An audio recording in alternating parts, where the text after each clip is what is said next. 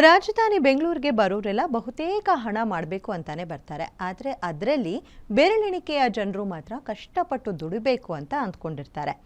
ಇನ್ನುಳಿದಂತೆ ಕೆಲವರು ನಾವು ಯಾರ ತಲೆ ಮೇಲೆ ಕೈ ಇಡ್ಬೋದು ಅಂತ ಪ್ರತಿ ಕ್ಷಣ ಯೋಚನೆ ಮಾಡ್ತಿರ್ತಾರೆ. ಇಲ್ಲಿಯೂ ಒಂದು ನಟೋರಿಯಸ್ ಜಾಲವನ್ನ ಪೊಲೀಸರು ಬೇಧಿಸಿದ್ದು ಅಂತಾರಾಷ್ಟ್ರೀಯ ಮಟ್ಟದಲ್ಲಿ ವಂಚನೆ ಮಾಡ್ತಿದ್ದುದು ಬೆಳಕಿಗೆ ಬಂದಿದೆ. ಡಿಜಿಟಲ್ ಅರೆಸ್ಟ್ಗಾಗಿಯೇ ನಕಲಿ ಬಿಪಿಒ ಸ್ಥಾಪನೆ. ಕೋಟ್ಯಾಂತರ ರೂಪಾಯಿ ವಂಚನೆ ಮಾಡ್ತಿದ್ದ ಜಾಲ ಪತ್ತೆ.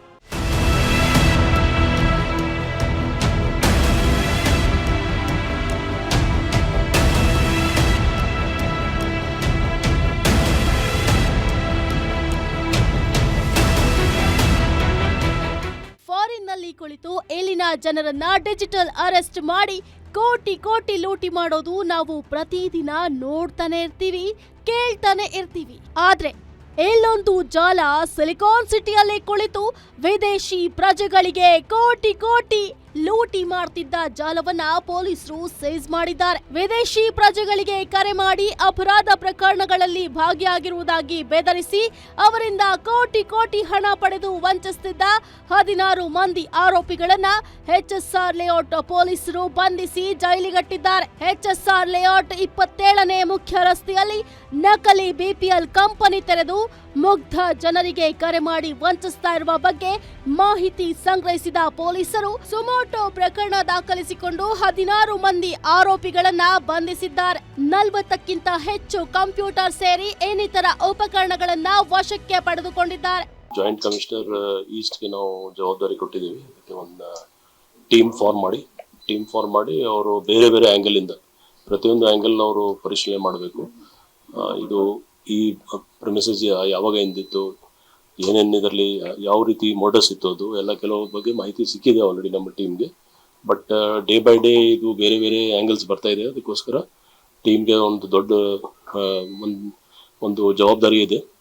ಸೊ ಯಾರ್ಯಾರು ಕೆಲಸ ಮಾಡ್ತಾಯಿದ್ರು, ಅವರು ಇಲ್ಲಿ ಜಾಬ್ಗೆ ಹೇಗೆ ಸೇರಿದ್ರು ಇಲ್ಲಿ, ಮತ್ತು ಇಲ್ಲಿ ಯಾವ ರೀತಿ ಫ್ರಾಡ್ ಅಂದರೆ ಅವ್ರದ್ದು ಮೆಕ್ಯಾನಿಸಮ್ ಏನಿತ್ತು ಅದು ತಿಳ್ಕೊಳ್ಳಿ. ಪ್ಲಸ್ ಬೇರೆ ಬೇರೆ ಕಡೆ ಎಲ್ಲರೂ ಯಾರು ಮೇನ್ ಆರೋಪಿಯವರಿದ್ದಾರೆ ಅವ್ರ ಬಗ್ಗೆ ಮಾಹಿತಿ ಇಮಿಡಿಯೇಟ್ಲಿ ಸಂಗ್ರಹಿಸಿ, ಯಾಕಂದ್ರೆ ಸಮಯ ವೇಸ್ಟ್ ಆಗಬಾರ್ದು.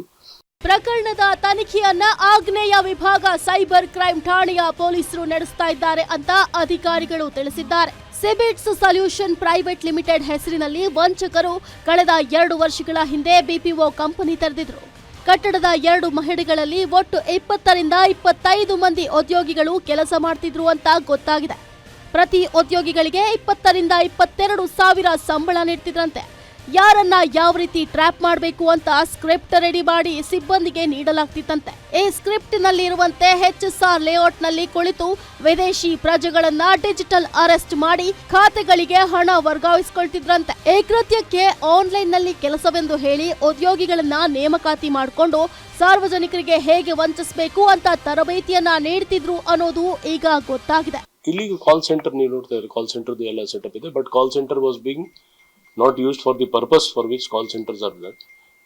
ಒಂದು ಬೇರೆ ಪರ್ಪಸ್ಗೆ ಮಾಡ್ತಿದ್ದಾರೆ ಅಂತ ನಮಗೆ ಮಾಹಿತಿ ಬಂದಿದೆ. ಅದಕ್ಕೆ ನಾವು 16 ಜನಕ್ಕೆ ಅರೆಸ್ಟ್ ಮಾಡಿದ್ದೀವಿ. ಅವ್ರ ಕಡೆಯಿಂದ ಕೆಲವು ಮಾಹಿತೀಸ್ ಬರ್ತಾ ಇದೆ, ಮತ್ತು ಅವ್ರದ್ದು ಫೋನ್ ಕಂಪ್ಯೂಟರ್ಸ್ ಎಲ್ಲ ಸೀಸ್ ಆಗಿದೆ. ಅದರದ್ದು ನಮ್ಮ ಟೆಕ್ನಿಕಲ್ ಟೀಮ್ ಅವರು ಇನ್ವೆಸ್ಟಿಗೇಟ್ ಮಾಡಿ ಮುಂದೆ ಕೇಸ್ಗೆ ಮುಂದೆ ತಗೊಳ್ತಾರೆ. ಬಳಿಕ ಯುಎಸ್ಎ ಸೇರಿದಂತೆ ವಿವಿಧ ದೇಶಗಳ ಪ್ರಜೆಗಳಿಗೆ ರಾತ್ರಿ ವೇಳೆ ಪೊಲೀಸರು ಸೇರಿ ವಿವಿಧ ತನಿಖಾ ಏಜೆನ್ಸಿಗಳ ಸೋಗಿನಲ್ಲಿ ಕರೆ ಮಾಡಿ ಅಪರಾಧ ಪ್ರಕರಣಗಳಲ್ಲಿ ಭಾಗಿಯಾಗಿರುವುದಾಗಿ ಬೆದರಿಸಿ ಸಹಾಯ ಮಾಡುವುದಾಗಿ ನಂಬಿಸಿ ವಂಚನೆ ಮಾಡ್ತಿದ್ರು ಅಂತ ಪೊಲೀಸರ ತನಿಖೆಯ ವೇಳೆ ಬಯಲಾಗಿದೆ. ಒಟ್ನಲ್ಲಿ ಕಷ್ಟಪಟ್ಟು ಕೆಲಸ ಮಾಡುವ ಜನರನ್ನೂ ಕೂಡ ಈಗಿನ ಕಾಲದಲ್ಲಿ ಬಿಡೋದಿಲ್ಲ ಅನ್ನೋದಕ್ಕೆ ಇದೊಂದು ಒಳ್ಳೆಯ ಉದಾಹರಣೆ.